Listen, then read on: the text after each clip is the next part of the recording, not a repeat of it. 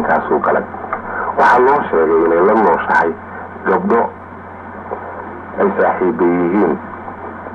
waxaa kaloo loo sheegay intuu maqnaa inay uur yeelatay, inay dhakhtarka gashay, in reerkooguna sidaa ku dayriyey oo darxumo iyo eedaad fara badani u soo maray, hoy la-aan iyo agab la-aanna ay gabdhaha ula gashay.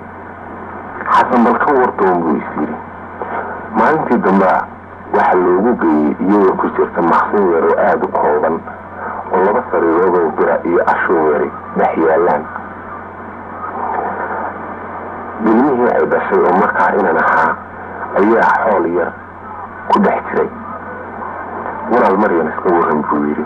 salaantii kadibna sheekadii markay u guda galeen waxay u sheegtay inay ilmahan iyadu dhashay. xasan baleed bay tiri siduu kuugu eegyahay.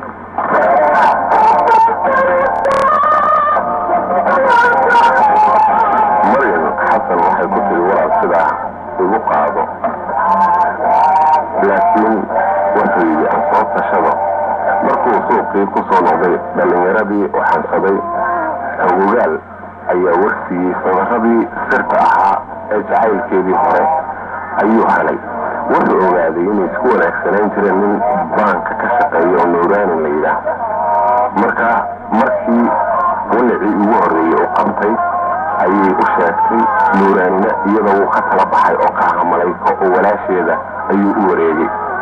Kaahamalayko waxay ahayd gabadh dhakhtarka ka shaqaysa oo nin bayaan mushtariga qaba, laakiin waxay ahayd naag aan ninkeeda u daacad ahayn oo dhan keliya ugu xiran dantaasoo ah inay lacag ama dhaqaale ka hesho. kaahi markay aragtay wiilkan dhallinyarada ah ee isna lacagta iskale, saaxiibtinimadii walaasheedii waxaa may qiimayn.